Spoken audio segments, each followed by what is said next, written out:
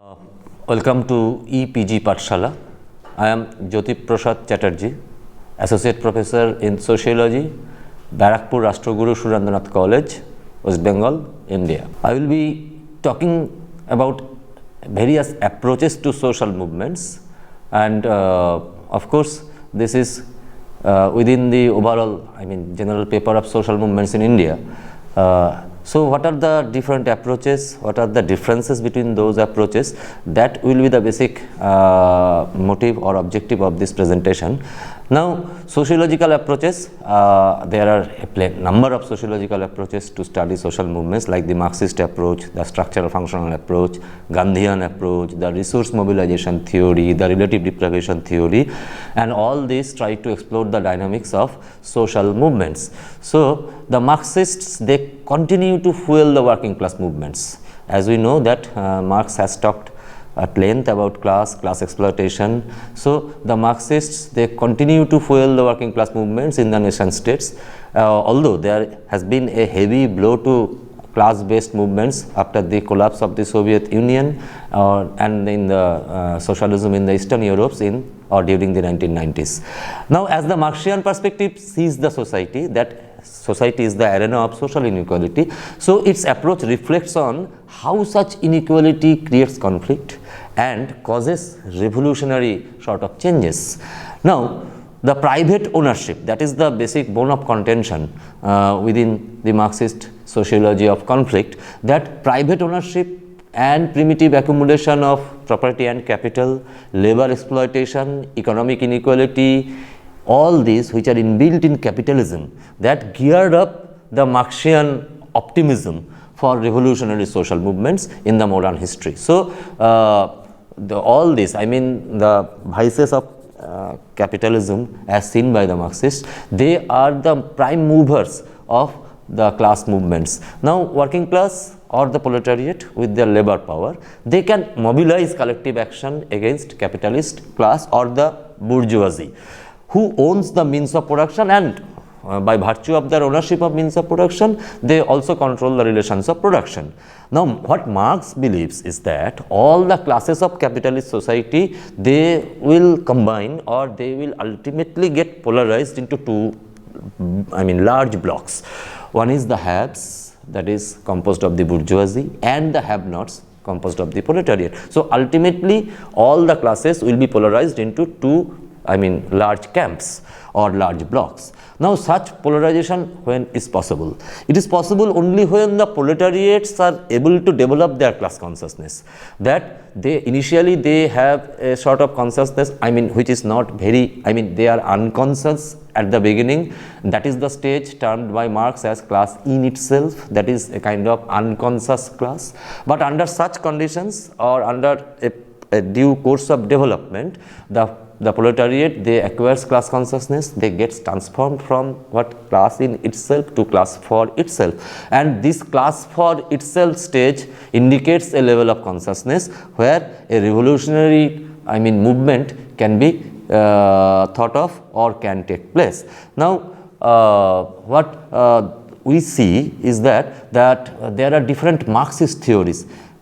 Say we have come across the names of Lenin, Trotsky, Gramsci and Mao Zedong. They put great emphasis on the ability of masses to overthrow the ruling classes. So they have that ability, they have that, masses have that potentiality to overthrow the ruling classes. In the early 20th century, the Marxists had witnessed localized collective actions. In the early part of 20th century, there have been local collective action against Western capitalism. Scope was a bit narrow. But after the Second World War, they started talking about the importance and possibility of class conflicts against global capitalism. So after the Second World War, the working class movements, they started or began to resist the spread of global capitalism. Consequently, the Marxian collective movement got dispersed and decentralized all over the world. Now, the communist revolution in Russia in 1917 or Spanish revolution of 1936 in Western Europe and communist revolution of 1949 in China, All these bear testimony to the strength of revolutionary social movement in altering the social and economic structure of any given society.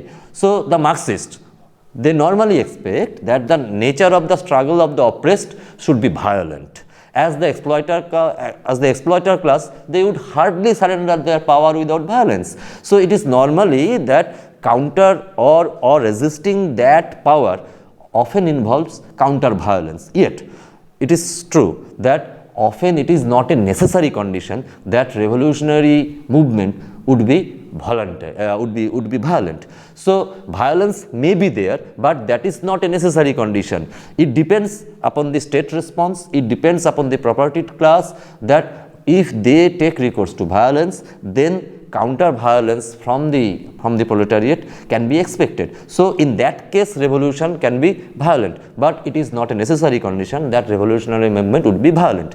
So, Marxists also predict that the communist social unrest often occur in industrial center, because industrial center is composed of the urban proletariats or the workers who are more conscious or who are potentially agitated to develop class consciousness, because they face the capitalists' exploitation more directly than their counterparts in the rural sector. So, the rural sectors, they lag behind.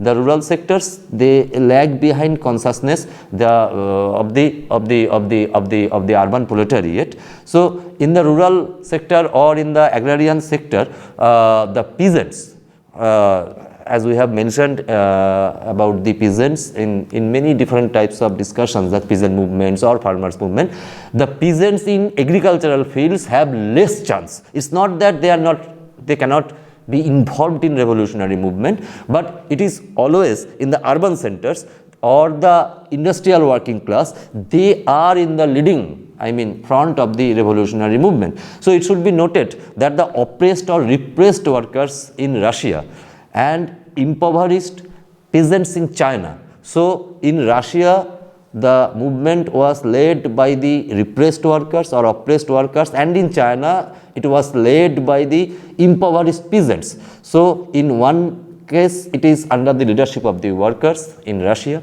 and in another case in China, it was under the leadership of the peasants who agitated by respective charismatic leaders. Say in Russia, it was Lenin, and in China, it was under the leadership of Mao Zedong, that they fought the enemies or for the capitalists. So, and formation of trade union, of course, in the case of urban areas or in the industrial sector, the formation of trade union also reflects communist ideology. It's not that trade unions do not reflect communist ideology.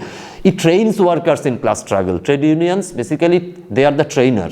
They train the workers in class struggle, and this class struggle is the necessary precondition to their self-emancipation. Being exploited as a class, you need to be engaged in class struggle against your adversaries or against your enemies, class enemies. So, that is the necessary precondition. But neo-Marxists, there are some neo-Marxists like say Gramsci, who doubted the possibility of any historical law. You cannot formulate any uniform single law by which the working class movement would inevitably triumph. So, maybe with class struggle or in a different form, he stressed on the need for popular workers' education. Gramsci stressed the need for popular workers' education to encourage development of intellectuals among the workers, and this he termed as organic intellectuals who understands the situation, condition of the workers or the peasants, so that the manner in which the ruling class or the capitalists, they manipulate the consent of the ruled. So, the ruled need to be re-educated, or the ruled need to generate their own intellectuals who can educate them about this strategy of extending hegemony by the ruling class over the ruled. So, that has to be broken. Certain changes are taking place in contemporary capitalism, which have also prompted some sociologists, like we have come across the name of say Dahrendorf, C. Wright Mills, Goldthorpe and others, who doubt the orthodox philosophy of industrial conflict. As Marx was emphasizing on the importance of industrial working class as the vanguard of the revolutionary movement. So, these sociologists like Dahrendorf, C. Wright Mills, Goldthorpe and others, they have doubted the orthodox philosophy of industrial conflict. So, they have been critical about the role played by the working class in Western capitalist society. Why? Because in recent years there have been the emergence of certain new social movements like the women's movement, like the environmentalist movements, peace movements, which have challenged the traditional expressions of class-led movements. So there is a contradiction, there is a kind of contestation or claims and counterclaims regarding the importance of class in leading the revolutionary movements. And Eder's re-evolution, and he has re-evaluated the situation of the middle class and the subaltern studies, the new field of subaltern studies, which have traced the importance of studying or constructing history from the below. They have also contested some of the, basic hypotheses of Marxian theory. Now, we are moving to the next theoretical approach, that is structural functional approach. The structural approach to social movements brings to the forefront of analysis the institutionalized injustices and inequalities over which contested politics are fought. Now, according to this approach, the formation of collective action means organizing activity and efforts. So, we are collectively organized or collectively we are mobilized to challenge the status quo. The existing power structure and its relation. So, that is the status quo and it is being challenged. Now, this approach links social movements with the rising aspirations of the people, and with the rising aspirations, the gap between expectations of the people and the system performance, that I am expecting this and what I am getting out of that. As the gap widens, as the gap increases, the mass movements emerge, creating political instability and political disorder. So, the structural functional theory is identified with the ideas of Parsons' structural functionalism, explains the formation of social movements in this fashion. Another structural functionalist sociologist, Neil J. Smeltzer, he has also explored 6 major structural conditions or factors which are responsible for social movement. First, the structural conduciveness, which refers basically to a situation when a society is found to have serious and prolonged structural problems by which some people continue to live with low living standards or confront political repression. So, this is a structural condition that provokes people, or that makes people proactive, that makes people prepared to engage in collective mobilization against the structure. Now, the movements emerged in the Eastern Europe in the near past were the reflection of such structural conduciveness. The next one is this, that this structural strain or structural conduciveness, they often lead people towards collective mobilization. Now, the strains which are caused by social structure that I have already mentioned, or the structural strains, can spur social movement. For instance, say in the country like India, the socially determined exclusion of the scheduled caste, scheduled tribes or minority, the inequity, injustice or ethnic marginalization, these all are the crucial factors behind social movements. Now, the third structural factor mentioned by Smeltzer is that not only deprivation is enough to lead towards social mobilization. What is important? That the explanation, how we are explaining the deprivation, that is also crucial. So, structural strain or deprivation is there, that automatically doesn't lead towards social movement or social mobilization. What is important? How we are explaining that. Now, the next factor, as mentioned by Smeltzer, that is discontentment, or as a series of discontentment, as the discontentment or the series of discontentment prolongs, there is the chance of a social movement. And fifth, the mobilization for action as a factor becomes crucial in explaining the formation of social movement. The solidarity movement in Poland is the best example of this. And finally, according to Smeltzer, lack of social control. If social control is lacking, then there may be social mobilization against it. Social movement succeeds depending on the type of government response, officials' response of the police and military. If they are repressing, then social movements can take place. Now, the women's movement in India can be explained by the structural strain approach. The traditional stereotype, as we know, that women's images are highly traditionally stereotyped. This perpetuate their domination by their fathers during young age, by their husbands after marriage, and by their sons during widowhood in India, hereby causing strains. Now, the job market also discriminates the women.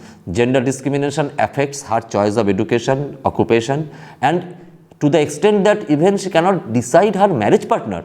So, it is possible to explain the rise of women's movement with reference to these structural strains and inequalities. Now, we are coming to our third approach, that is quite important for Indian context, that is Gandhian approach.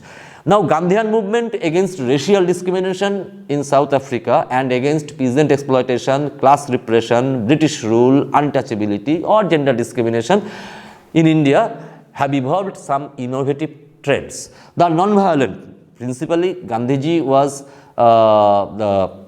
in the favor of non-violent social movements, and both in India and abroad, Gandhians after Gandhi, they have all put forward the cause of non-violent social movements, and Gandhians believe in the confluence of both ends and means to evolve holistic and progressive forces through any social movement. So, both the ends and means are important to the Gandhiji and of course the Gandhians after him. Now, Gandhiji has led several movements in India. We know the most important one is the Satyagraha, which he led in Champaran, in Ahmedabad and Kheda. These movements were based on his experiences in South Africa. He first visited the places and had case studies on peasants and workers, analyzed them objectively. In case of Champaran agitation against Tinkathia system in Bihar, he collected data from about 800 indigo cultivators and then analyzed the condition, their situation, their condition of production, profit, indigo cultivators' rights and entitlements. Upon his insistence, a committee was formed and they exposed the exploitative, illegal and illegitimate character of indigo planters. Consequently, the indigo cultivators, what they received? The indigo cultivators got refunded the misappropriated profits, security of tenure and cropping freedom. So, in case of Ahmedabad Satyagraha, Gandhi studied and analyzed the actual cost and profit of mill owners and justified the grievances of workers on the basis of a tribunal insisted by him and increased their bonus up to 35%. Now, we will be highlighting certain idiosyncrasies or peculiarities or uniqueness of Gandhian methods. The first and of course the most important is Satyagraha. Satyagraha as a method, we know that Satyagraha was a typical Gandhian method of resistance employed by him. This includes two units. First is Satya. Satya means truth, and Agraha, that is firm insistence or holding firmly, that we are holding firmly or firmly believing in truth. Now, it is pursued through both dialectical process and dialogical resistance. As a dialectical process, Satyagraha is not a type of passive resistance, as it is the weapon of the strong. Satyagraha is the weapon of the strong. It is not that it is the weapon of the weak. It admits no violence under any circumstances, and it insists most importantly upon truth. That the term Satya means, that it insists upon truth. David Hardiman has termed this method as dialogical resistance, and it is the adversary is because the adversary is not an enemy. There is no enemy as such. For instance, unlike Marxists, Gandhi did not believe in class antagonism and class struggle. So, there is no question of class enemy also. Now, Gandhian ideology stresses on truth, as we have come across: ahimsa, satyagraha, khadi, charkas, swadeshi, trusteeship, etc. Now, for Gandhi, the people, this is quite important ideological dimension of Gandhi, that the people who win the heart and mind of the opponents voluntarily, the strongest and the bravest are called as Satyagrahi. So, you have to win the heart and mind of the opponents also.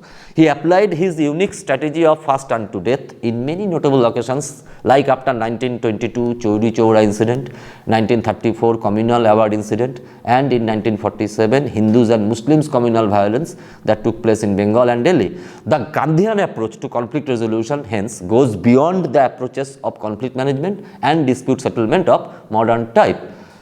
In independent India, after Gandhi, so many leaders have applied Gandhian strategy, like Vinoba Bhave in Budhan movement, Medha Patkar in Narmada Bachao Andolan, and Anna Hazare in anti-corruption movements. They have applied successfully Gandhian strategies. Leaders of peace movements and many other social movements around the world, they have also relied on Gandhian path of Satyagraha. Then we are moving to our next approach, that is resource mobilization theory. The resource mobilization theory is talks about a social movement that is likely to succeed or even set up grounds without substantial resources. So if you don't have substantial resources, you cannot succeed with a social movement, or you can start a social movement. The well-defined antecedents to collective action, the structural deprivation and strengths, as we have mentioned earlier, conflicts and contestation alone may not cause social movements. So these are not the necessary conditions. The necessary condition is that you have to have resources at your command.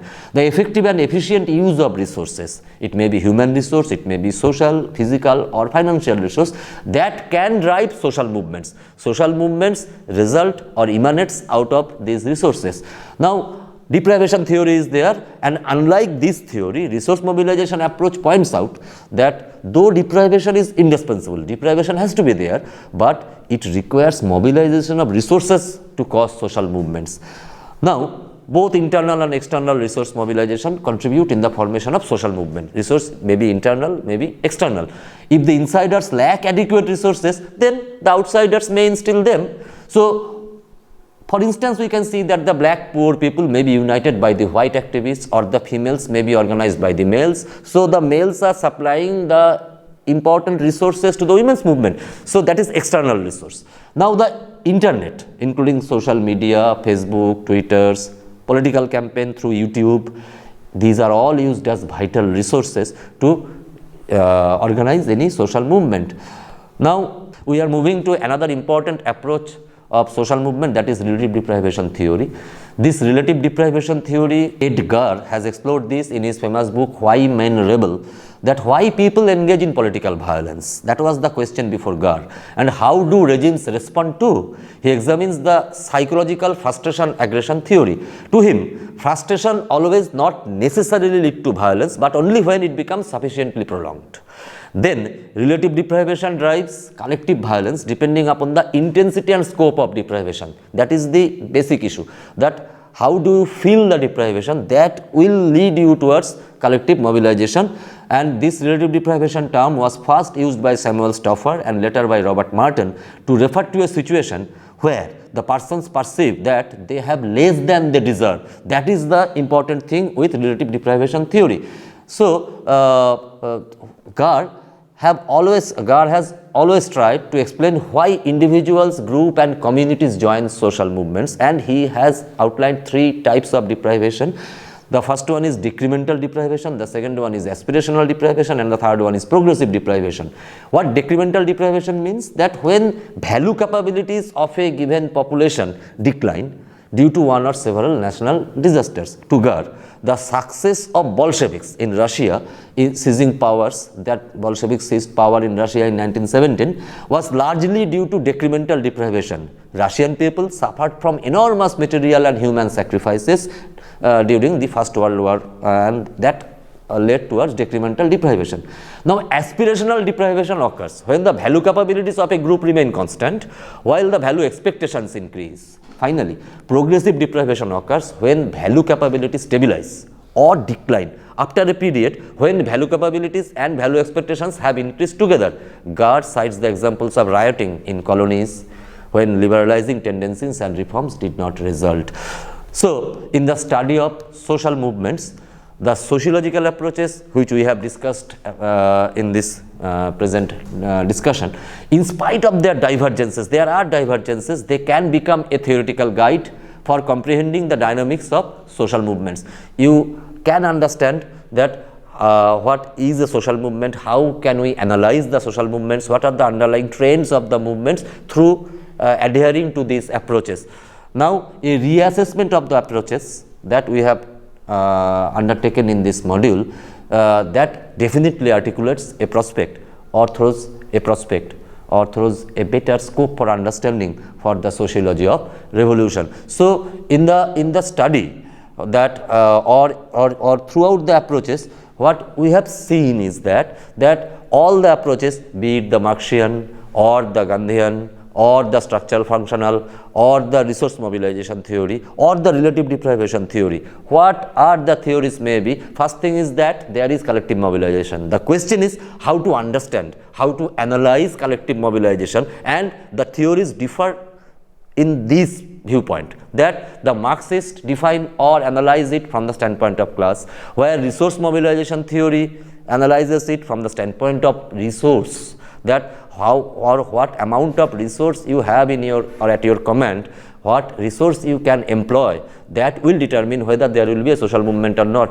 Where Gandhiji entirely depended on a different strategy, that is Satyagraha, non-violence, and even winning the heart of the opponents. That is a crucial hallmark of Gandhian philosophy, that you need to be tolerant not only to the extent that you are explaining the situation to your friends or your comrades. The thing is that you have to win the hearts of the opponents also, that is Satyagraha. Whereas in structural functional approach, we see that the challenge is against the structural strengths that is being caused by the structure, and Neil J. Smeltzer or Talcott Parsons, they have all talked about the structural strengths. So in this sense, all the movements, they have certain differing standpoints.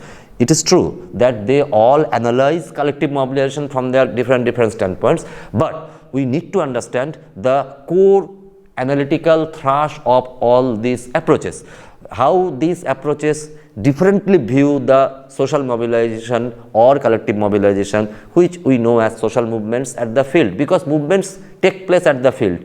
From outside we are analyzing it. In that sense, all these approaches makes us analytically powerful to explore social movements, for that matter to explore society itself. Thank you.